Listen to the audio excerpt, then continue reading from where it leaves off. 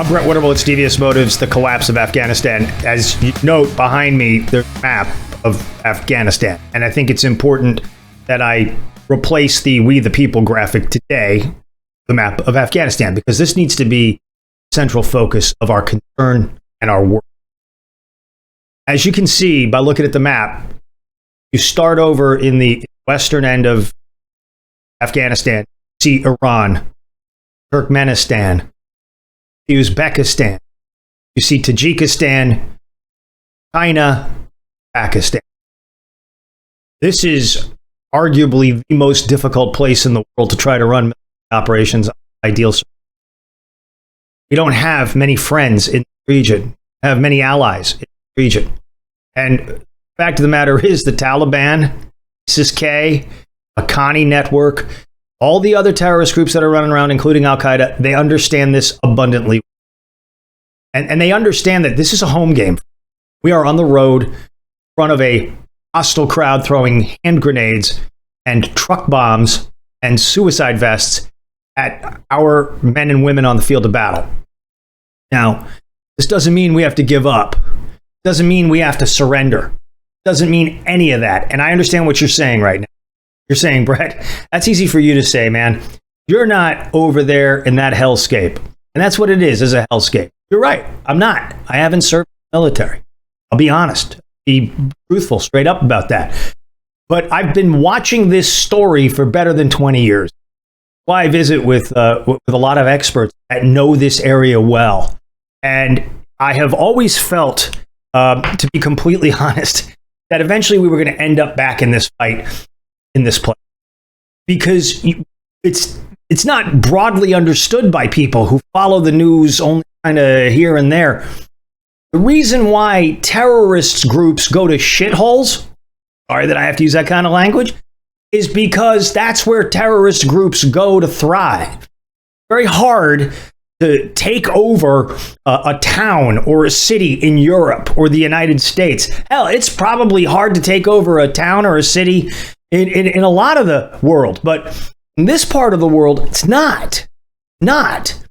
Because this is a place that's been war-torn since the 70s. And forever it's been a divided place. That's one thing that President Biden has said that I think is 100% spot on. He has said over a period of time that this place never really had a common culture, fabric, any of that kind of stuff. It's a tribal place. It is a tribal place. Tribal places are really dangerous places to find. But at the same time, you know, it's not a one and done. It's not a two and done. It's not a. You have to maintain your counterterrorism strategy, your counterinsurgency strategy. Look at Northern Ireland. The Brits pulled out. Look at the places that are severely divided in our world today. North and South Korea. Besides going anywhere. We get conditioned to thinking in 90 minutes or 120 minutes, 210 minutes, the movie's over, the good guys win. We won. And then the Taliban came roaring back. And because we have elections in the United States, elections have consequences. You have different administrations come in that have different priorities. You have some administrations that have a priority on national security. Other administrations go in and they have a priority on social justice. The will of the American people, that's the beauty of democracy, right? I know we're a constitutional republic. Stop it.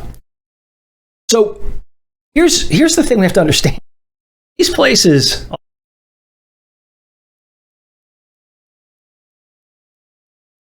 And these are places that terrorists like to work.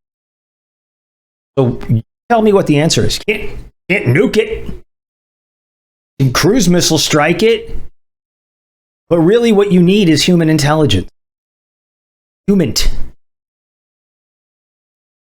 not going to sound like a broken record, and I'm not going to be the 55th person to dive on this dog pile, but this like over the horizon satellites, You understand how it is.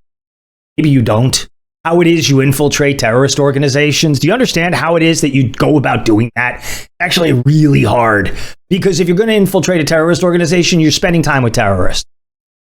Do you remember back during the Clinton years? I'm not going to browbeat Bill Clinton for not killing Osama bin Laden, but I'm going to give you an example of what happens when you have a stupid policy going into effect. Do you remember back during the Clinton years, the CIA came out and they adopted a new policy that was driven by Bill Clinton. And you know what the new policy was? You cannot work with human rights abusers. Well, okay, nobody wants anybody's human rights to be violated.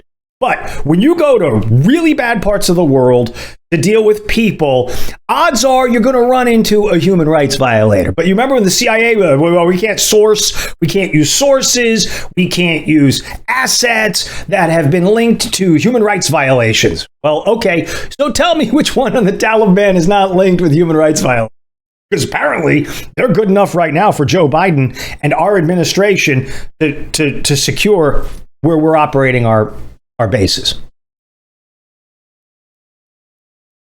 I am frustrated as an American. I am frustrated as a father. I am frustrated as a husband. I am frustrated as a human, and we all are. But the question becomes, like, what do we do about it? What do we do about it? Because you have this artificial deadline, August 31st, in effect, because you've got these challenges in effect, it doesn't seem to me that there's any kind of easy way through this. We have to get our people out, but to get our people out, we have to get our military out. And who wants to be the last person on the last plane out of Kabul? You know, and I hate to say it, but you know, with every flight out, the chamber clicks another time in the revolver, right? You understand that every one of those planes that gets out without incident means we're likely closer to an incident. It's just the law of averages, but I don't want to see our people become statistics or victims of the law of averages.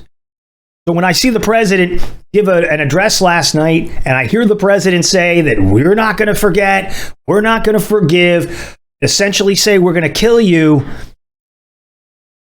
how do you square that with the fact that we're trying to evacuate at the same time? This is the frustration. Blame the former president. You can blame 5 presidents ago. That doesn't get these people out any faster. Doesn't get these people out any faster. And you have to understand something. The minute we leave, that's it. There's no more threat. Mullah Baradr's nothing's going to happen to him. Nothing's going to happen to the Haqqanis. Nothing's going to happen to that until there's an incident in a Western capital, God forbid in New York or in Los Angeles or in DC or someplace else.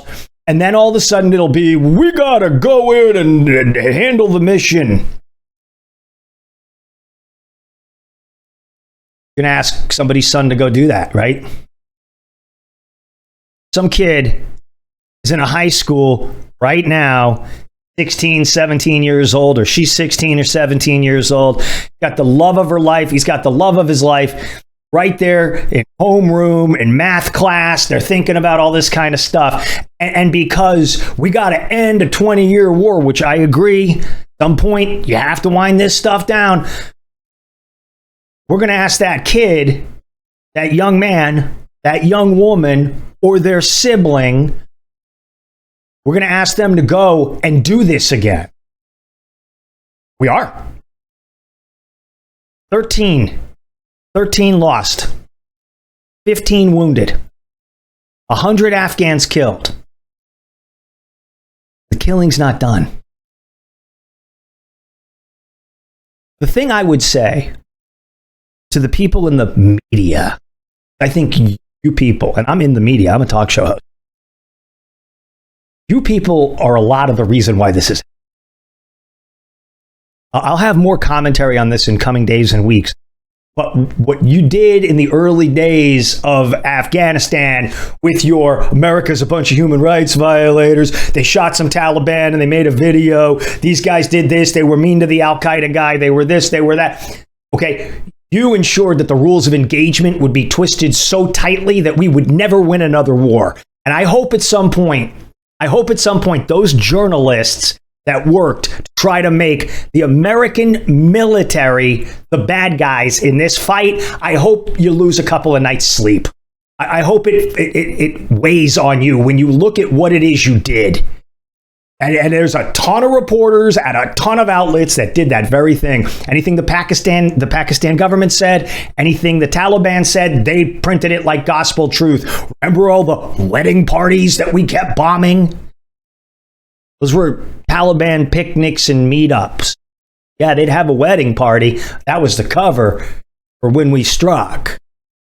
New reporters on CNN, Fox, MSNBC, ABC, yes, Telemundo, I don't know, Vice Channel. You guys loved reporting that Americans were human rights violators. You loved it. Well, another bad thing for the Americans. Ask people who served over there about the rules of engagement. Ask those people about the rules of engagement, about how it was over in Afghanistan that if a Taliban fighter or an Al-Qaeda fighter emptied a Kalashnikov at a group of soldiers and then put the gun down, they couldn't shoot him. Or you couldn't put observation towers next to the villages because people would complain that you're violating their human rights. Or my personal favorite, I think it was Sarah Carter that did this report and was outraged by it, and I was outraged by it. In fact, I talked to her about it back in like 2007. There was a bomb maker at a farm in Afghanistan, and he was trying to build an explosive device, an IED, to kill soldiers. And they caught him, and he fled on a tractor across a field, probably a poppy field. And so they shot and disabled the tractor. Didn't even shoot him. They shot and disabled the tractor. And those soldiers or Marines, those personnel were brought up on charges for destroying his tractor. That was a bomb maker. Took legs off of Allied. There's a lot of blame to go around. There's blame for Biden. There's blame for the White House. There's blame. You want to blame Trump. You want to blame Bush. You want to blame Obama. There's a lot of blame to go around. But the media, you guys, and I'm one of you, you guys don't get to skate like you had nothing to do. Did. I remember the story. I can find them. I can pull them up. That doesn't help this, right? This is Kabul. Right in the dead center. Right in that yellow spot. This is Kabul. That's Kabul. That's where our focus and our prayers have to be. We have to hope to God that we get our people out. We get the Afghans out. We have a brighter future moving forward. Because I don't want to send that young man or young woman sitting in a math class at a high school right now, or a middle school right now, over there to get killed or wounded because a politician got himself some kind of an idea. We have to either be committed to kill Al-Qaeda, ISIS, terrorists, or we got to get the hell out of the way. But I'll tell you what, as Lindsey Graham has said, and a million others have too, fight them there or fight them here. I'm Brett Witterbull. That's your Devious Moment.